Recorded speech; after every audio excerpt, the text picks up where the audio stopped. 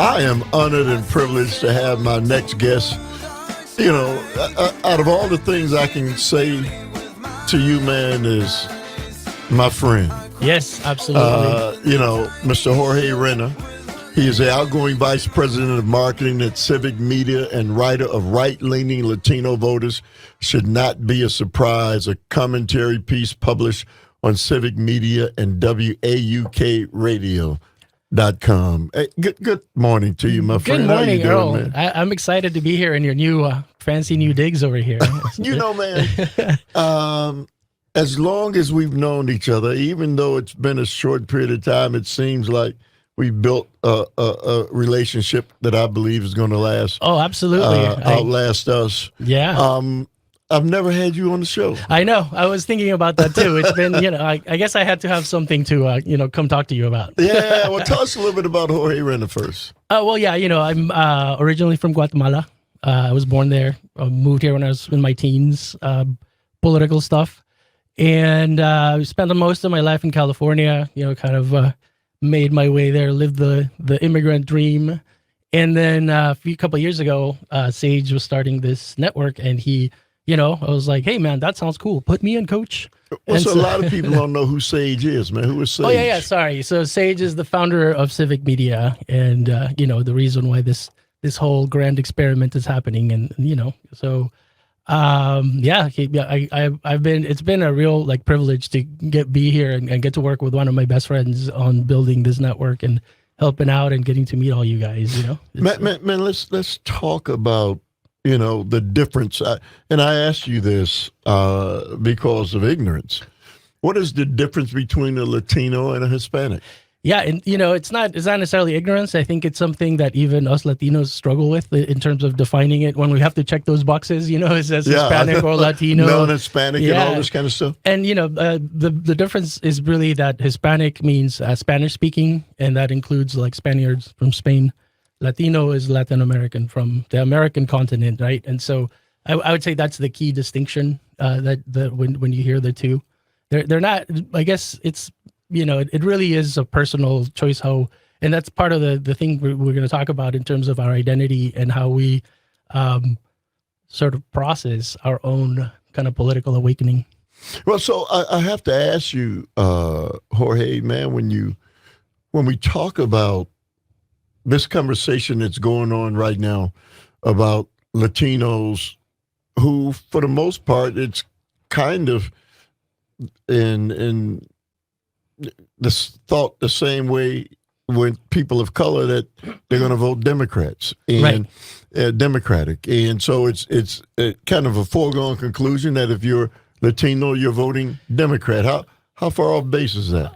It's pretty far off base, actually. I think it's basically it boils down to the fact that every Latino has a different experience, where they come from in their country, especially like the recent immigrants. But even as the generations progress, right, I think it used to be that we would all sort of identify in the U.S. as sort of, kind of in solidarity. And, Democrats were the ones who spoke mostly to our values. But it's not always been the case. It's just sort of been kind of a dormant part of the electorate, the Latino electorate, right? And, I've been basically living it in my own family where, one of my mom does not, she does not agree with the Democrats. And I didn't understand it. And one of the reasons why these two books felt really so I'm speaking specifically of Defectors by Paola Ramos and The Latino Century by Mike Madrid, they both look into this phenomenon, and they help me understand really from two different perspectives how it is that people that I would consider, supposedly mi gente, are voting voting, I wouldn't say against our values because our values are our values, but voting in a way that has not traditionally been thought of. Well, so this book, Defectors. The Defectors. Yep. Oh, okay. And the rise of the Latino far right and what it means for America by Paola Ramos. Ramos. Yep. Tell us a little bit about now it says defectors. Right. So defectors to me is saying that, hey, we should be voting Democrat. Why are you all of a sudden changing your mind? And that's sort of the take on the book, right? Like it's like historically and, in recent history, Latinos have been a reliable Democratic vote. And I think from her perspective and from the left-leaning perspective is trying to understand, like, why are you defecting? And at the end of the day, many of the things that she discovers in the book is that a lot of how Latin America is very complicated in terms of our history and the colonization that happened. So all of the Latin American countries have to kind of contend with that. And where you're from there, you're taught a certain history that's sort of like from the perspective of, Spain. And it's sort of, some actually identify with that history. Like some Latin Americans are very proud of their Spanish heritage. Others are not. You sort of see the way colonization happened, and we identify with sort of native-born Latin Americans, right? So that's sort of some of the complexity she gets into. And I think part of the challenge now is for us to start thinking of Latinos as sort of very mixed and complex block of voters, but also kind of speaking to us as, citizens and as sort of like people who are in this country to help build the country and continue the tradition of democracy, instead of sort of like taking us for granted, which I think happens a lot when parties get sort of, homogeneous, I guess, in some ways. So the ignorance of people who are non-Latino, non-Hispanic in this nation to the history of Latinos and Spanish-speaking people who are in this nation, we don't have any understanding at all of your nations, what's been going on, what has led to many Latinos and Hispanics leaving their homes and coming to America. All we hear is that there are a bunch of people who are charging the border, and they're criminals, and they're just trying to get into this country because they don't like their homeland. Give us a little history about what's happening, man, so people can then maybe make an educated understanding of what's happening. The bottom line is nobody leaves their home country just for kicks, right? Like you don't want to leave your family behind. You don't want to leave everything you've known. And a lot of the times your hand is forced by the political climate or the social context in which you live. A lot of the times there's violence involved. So in recent history, in the last 3-4 decades, a lot of the migration happened because of the destabilizing, political actions. Right. There was a lot of the fear of communism, right? So the United States foreign policy was, saw it fit to intervene in some ways appropriately, in some ways, I guess, arguably, you could say not so appropriately. Right. And it was sort of this blanket policy of trying to prevent communism from taking hold in the hemisphere, right? And so in the southern hemisphere and in Central America. So a lot of the times that resulted in the destabilization of these countries, and political instability led to civil wars, which led to migrants needing to leave because political violence. In more recent times, it's been a lot of just economic instability that's led to gang violence, and there's always something that climate change. People lose their entire life with a flood, etc., which we're seeing in this country as well. So a lot of the times that's really what forces the migration. It's not the sort of whim on a whim people just leave, and so those are the kinds of things that when you start hearing these news, just sort of process it under that lens, and maybe it gives you a different perspective. If you're just joining us, I'm joined by Jorge Reyna. He is the outgoing vice president of marketing at Civic Media and writer of Right-Leaning Latino Voters Should Not Be a Surprise, a commentary piece published on Civic Media and WAUKradio.com. Let me ask you, Jorge, and I think that this is such an important topic and conversation. It's so good to have you on, especially in lieu of the fact that we're into this major election inside of a couple weeks, and at the root of it, for one side, is so-called immigration. Yes. And immigration is whichever side you're on in this. Right. Yeah. One side clearly fails to tell the truth about immigration Yep. and the fact that our nation cannot survive without immigration. Yeah. Well, it's unfortunate that it's become such a hot button issue, and it's been used to manipulate people's perceptions of a certain group of people, because at the end of the day, migration is either an economic force, right? Labor follows capital, or it's a humanitarian, just necessity, right? Like people are just trying to survive and escape really terrible circumstances. The promise of America, and as somebody who has lived it and has benefited from it greatly, is that there is an opportunity here, and that's that's who's not going to want to take a chance in a world where like your bet is to stay and possibly get killed or live impoverished, and coming to a place where there's opportunity for you. It's kind of a no-brainer in some circumstances, right? All right, 855-752-4842. My guest is Jorge Reyna. He is outgoing Vice President of Marketing and Civic Media and writer of The Right-Leaning Latino Voters Should Not Be a Surprise, a commentary piece published on Civic Media and WAUKRadio.com. You can join us on a Motown Monday on the Earl Ingram Show. Whoop, whoop. Man, that's some pretty fancy. So let's do this. I got to come back in. Yeah. Welcome back to a Monday edition of the Earl Ingram Show, Motown Monday. I am joined in studio by my good friend Jorge Reyna. He's the outgoing Vice President of Marketing and Civic Media and writer of Right-Leaning Latino Voters Should Not Be a Surprise, a commentary piece published on Civic Media and WAUKRadio.com. Where can people get access to that article? If you just go to the homepage for Walk Radio, WAUKRadio.com, and you scroll down and it's under the opinions section. And I got moved to writing that article because that is the question of the moment, right? Like, how can Latinos be veering right? It is the New York Times has reported on it. Politico has reported on it.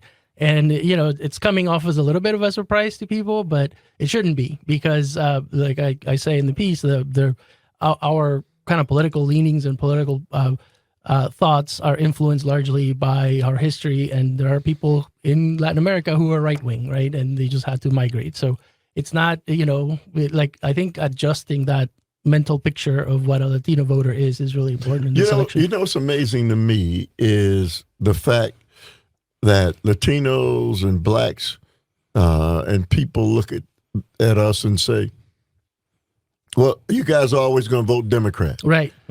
And the insanity in that is white America is split down the middle. Right, yeah, why shouldn't we either, right? It's just like, it just makes no sense. Yeah. But I think Calvin has a cut. Yes. Hey, Calvin, you have that cut loaded up? All right, let's play that cut. Mexican American. Yes. What do you think about Trump's border policy? I love it. I'm 100% for it. Do you know anybody that can cross the border without applying for green card? Oh, yes. Unfortunately, I have family members that did. Cousins, nephews, nieces. Because those people might be deported if Donald Trump wins. That's okay.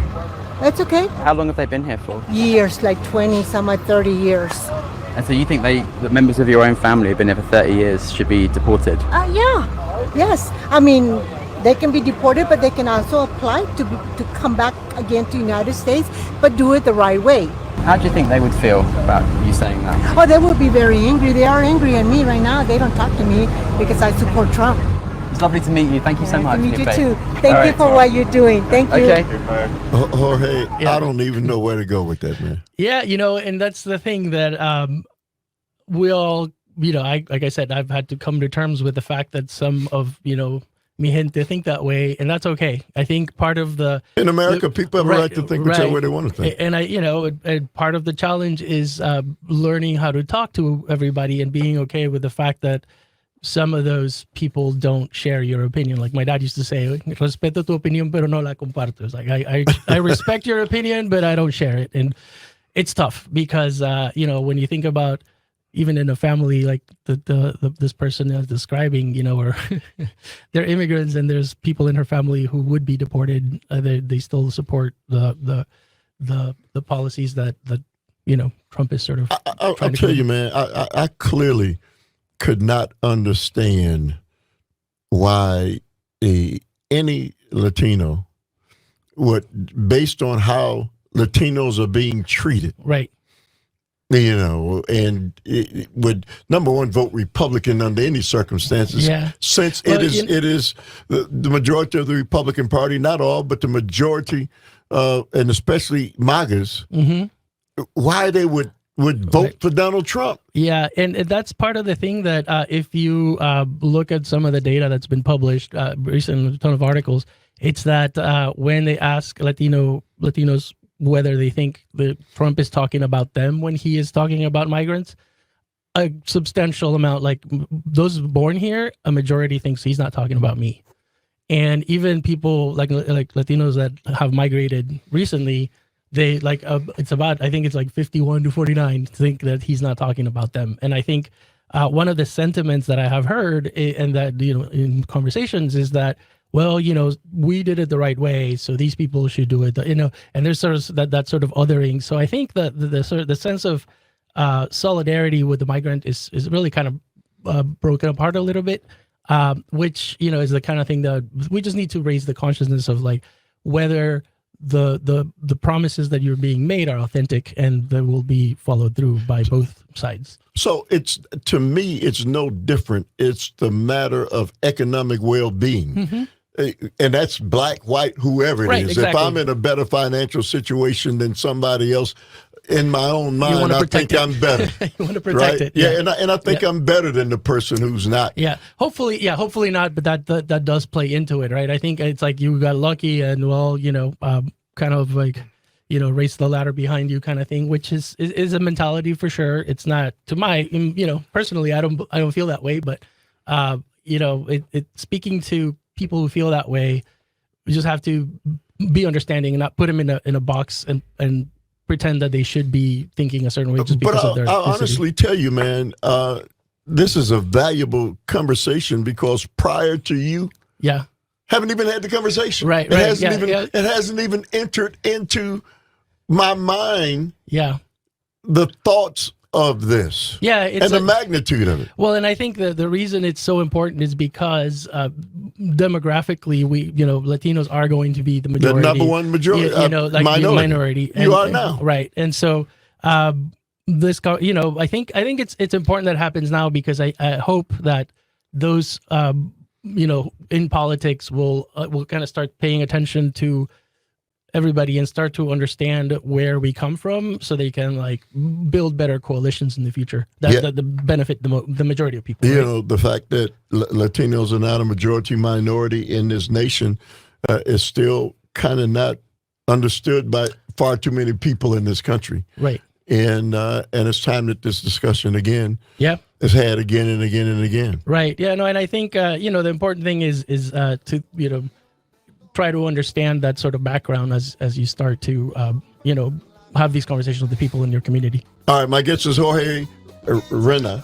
Am I pronouncing it? Reyna? Yeah. Reyna. He's the outgoing vice president of marketing at Civic Media and writer of Right-Leaning Latino Voters Should Not Be a Surprise. Our phone lines are open at 855-752-4842. It's a Motown Monday on the Earl Ingram Show. Let's hear it.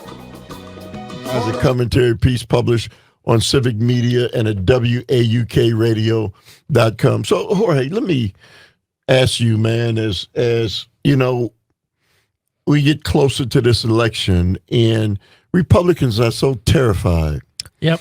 That both sides are. They're terrified that if you bring in all of these different immigrants, they're going to vote Democrat. Right. And so that's what makes them automatically think that's the way it's going to be? Because historically, it's the same thing on the flip side, right? That as Democrats sort of take Latinos for granted, Republicans feel the same way.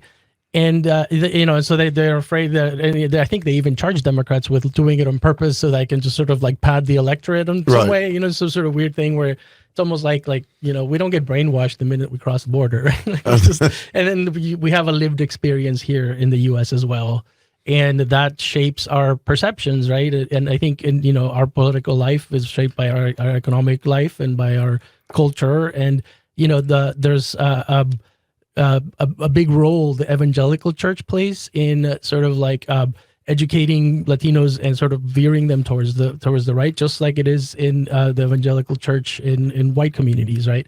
That has a lot to do with it as well. So it's not a certainty that people, even those who come illegally, will not have values that resonate with the Republicans. And that's something that Mike Madrid, the other book that I read, that's called that I talk about in the piece.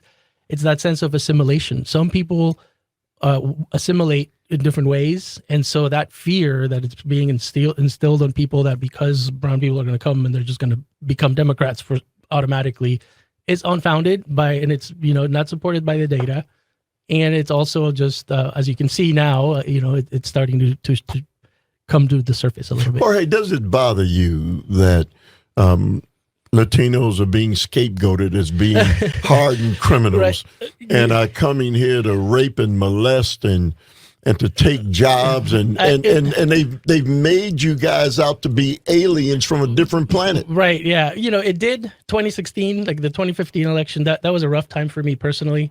When I lived in California, it felt very personal to be, sort of like, called out and singled out that way. But I think this time around, I guess maybe my skin's a little thicker, and I started to see it more for what it is, and I can sort of use that as momentum to try to get our side of it out there, right? I think the fact that these books are being written and these subjects are being talked about openly is important because it sort of helps demystify that and diffuse that sort of charged language where we're getting accused. To your point, I still, no joke, I gotta like mute the political ads, which there are a lot of here. It's like, oh, this one guy raped and killed all these people.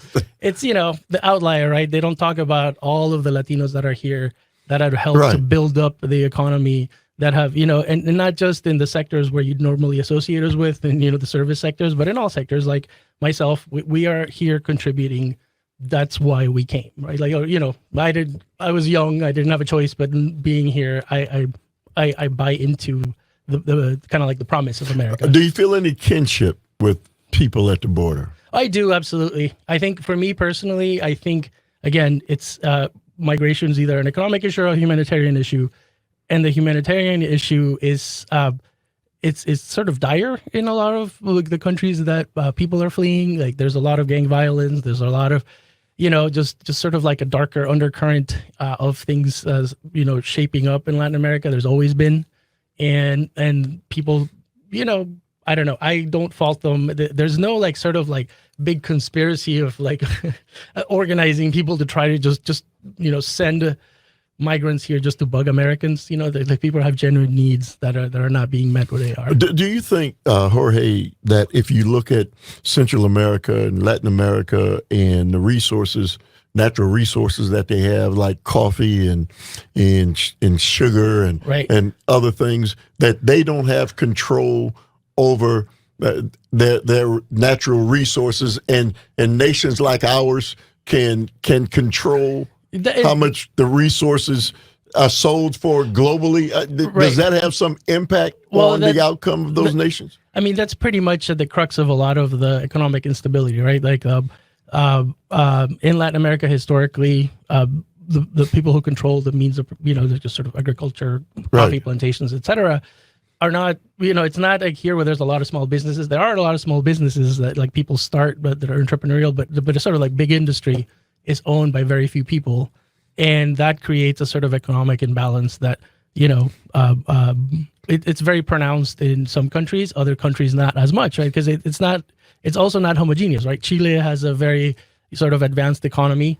Argentina sort of does, but keeps messing it up. Brazil, like all of every country has its own history, and I think that is what shapes the migrant flow, whether they see a need for it or not. So it's complex, right? It's like, with everything. So, Jorge, resources aren't nationalized even in America. Right, exactly. Right? Yeah, it's all, I think if anything, what happened in the 60s, 70s, all the way through the 90s, the sort of the opening of the liberalization of the economy, of the markets, right? That's been undoubtedly to the good, because it's sort of like, rising tide lifts all boats, but it doesn't lift all boats equally. So you have to understand that there are sort of like, just like here, there are winners and losers in the economy. In Latin America, there are also winners and losers, but there are countries that do not have the safety net that the U.S. does. So that's where a lot of the really pronounced like inequalities happen. So the United States has power, right, and economic power and global power. So do you think that our nation would be better suited if it started addressing the issues in Latin America to stop the flow of immigration? I mean, you can't stop people who are willing to cross deserts with only the clothes on their back. Right. But if things improved in their countries, I mean, it takes a lot to leave your homeland. Yeah. Well, and I think the thing that you have to think about is that this problem didn't happen overnight, right? Or even in the last 5 years, or even the 10.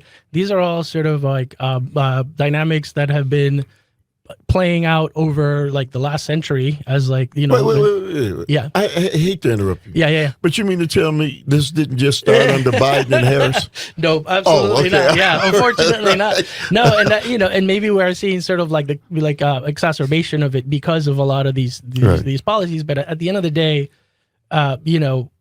it is a complex issue. You can't just also go to Latin America and be like, here's a bunch of money, fix yourselves, because the infrastructure is not there politically. The infrastructure economically is not there. There are there's this whole like sort of like a continental and probably global like lean to the right is a response to a lot of these things that just haven't been working for people. Like people is just like, well, you keep telling me that you're going to do something good for me and you're not.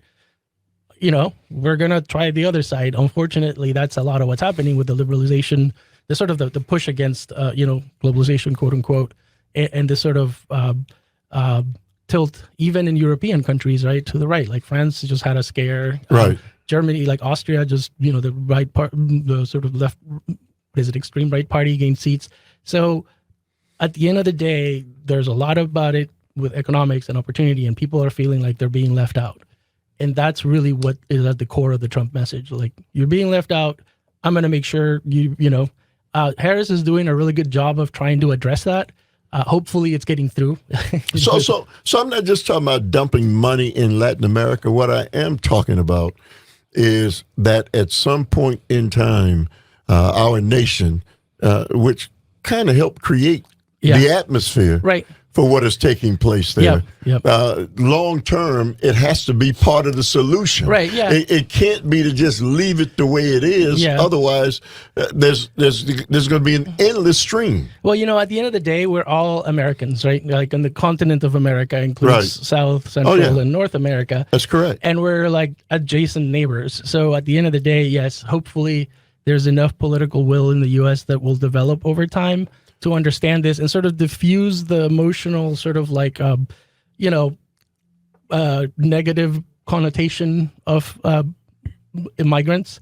Because at the end of the day, like you mentioned earlier, the U.S. needs the migrants. And so most people will tell you that that's the case. And so the fact that there's, it's a very charged topic. It's not by accident. I think it's obviously they see that helps sort of move some hearts and minds. And as you heard with that lady, with that lady in the clip, that there are people who identify with that, and they're betting big on that. Well, Jorge, I just think it's this conversation. As I've learned more about what's happening in this short period of time with you about the migrants at the border than I have my entire life. Well, it shows the ignorance. It just shows the ignorance. Well, I think because it's not been an issue, right. And if it wasn't for election time, it wouldn't be an issue. Right. Well, and it's also we're in Wisconsin where you're not border adjacent except from Canada, and Right. Canadians are not invading from the north. So yet. No, I'm just kidding. But I think it and it's not. I think it's important to bring it to light because migrants also work here in the what is it, the dairy farms and all that, and so it's going to become more important as time goes on because I think that labor force is going to be needed. Does it bother you, man, that we see that unfortunately there are children of migrant workers working in slaughterhouses? And they've eased the child protections in order to take advantage of migrant. I think that's absolutely unacceptable, man. Yeah, and that's sort of the darker side of these forces, right? Where it's like, unfortunately, there's always going to be somebody that's going to try to take advantage of a situation. I hope those kinds of things are addressed and just like in terms of the humanitarian aspect of these things, right? But it's going to take some political will and some political sort of like coalitions, like people in Wisconsin just being like, hey, that's not okay. I think at the end of the day, though, I do have faith in the sort of the power of democracy here in the U.S. Many of us in Latin America come from countries where democracy was, a nice thought, but never quite materialized. And even when it did, the corruption, the sort of it's just endemic in many of our countries. Unfortunately, although many people are working really hard, just like here, to make it work. I think in the U.S. that there's enough of a system that I'm optimistic, not Pollyannish about it, but I think that if citizens come together, you can build a better place. Even in the face of 2025 and those who say if Donald Trump gets elected, democracy as we know it will disappear. Well, yeah. I mean, hopefully it's a complicated thing, right? I think that I feel like in Wisconsin, the state went through it a little bit, and was it 2010 where it's been a long slog out of it, but like Democrats just sort of have been organizing and raising consciousness here in the state, and I think that's what can happen. Unfortunately, whether he wins or loses, we're still going to have, we need to just have a democracy. All right, 855-752-4842. My guest is Jorge Reyna. He is the outgoing vice president of marketing at Civic Media and the writer of Right-Leaning Latino Voters Should Not Be a Surprise, a commentary piece published on Civic Media and WAUKradio.com.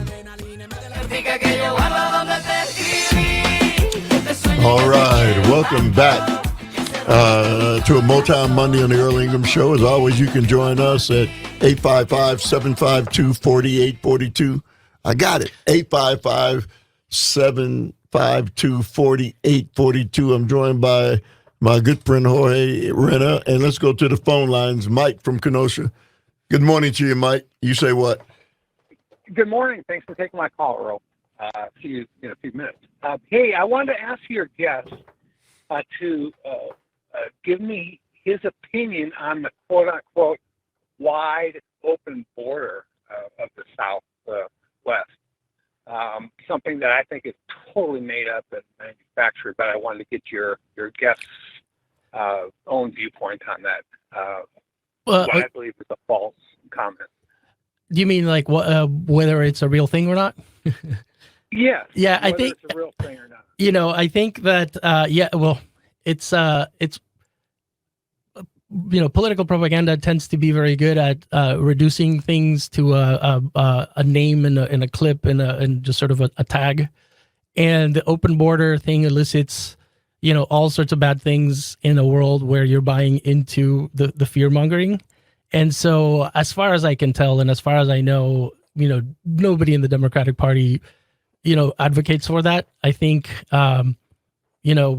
it is a bit of a made up thing to try to, incite people's emotions and people's fears, kind of bundled up with all the other language that's already out there, right? And I think we should just kind of continue to speak the truth and just sort of diffuse these little landmines that are being set up all over the place with language. indeed, I would like to also see us put economic production numbers. Well, what exactly does the migrant community do, not only for America, but for, maybe Canada and others, as far as productivity and, quite frankly, they're critical labor. They're very, very important. We would be in a completely different bad place, I think. Right. And unfortunately, migrants. Yeah, unfortunately, a lot of that is because it's not available because illegal. It's a sort of illegally. I guess people who got here illegally are not sort of necessarily counted in the in the economic productivity, but it just sort of stands to reason that if there's tens of millions of people here that are migrants and they are all contributing, it is a significant contribution from both of us that are here legally and that are here undocumented. Hey, Mike, thank you very much for the call. Let's go to Cassandra from Middleton. Good morning to you, Cassandra. You say what? Question for your guest. And I just want to get his perspective on resources that are available. If you look to the places where many of the migrants are traveling to, they are just overwhelmed. There's not enough housing. There's limits on employment. The resources there. I am pro-immigration, but do the migrants think about the people in those communities and exactly some of the pressures that's being placed on the systems and the resources?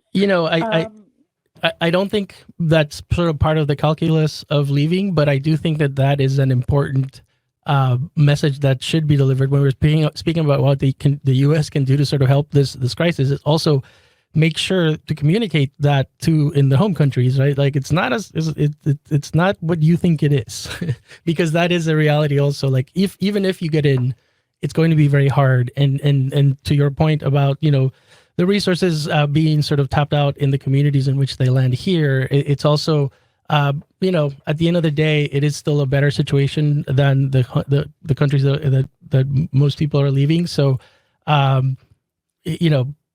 it's the kind of thing where you have to be conscious about the messaging as well. And at the end of the day, it's really just about increasing economic opportunity for everybody, so that the pressures are eased a little bit, if that makes sense. Sure, it does. But I just hope the message get across is that the migrants, I empathize as to why they're leaving. Yep. However, not everyone is as enlightened. Right. And they just see that my tax money is going right not to American citizens. I've been paying into the system for decades. Right. Oh, hey, Cassandra, thank you very much for the call. Hey, Jorge, man, we got to get you on next week. Yeah. Because there's a million texts we didn't get a chance to get All right, to. well, we can keep getting into it, yeah. Yeah, well, so we got to get you in for an extended period of time. Yeah, music, but we need you. Yeah. All right, I want to thank everybody who made the show go. Thank you, Jorge. Thank those before you. Thank you to the listening audience.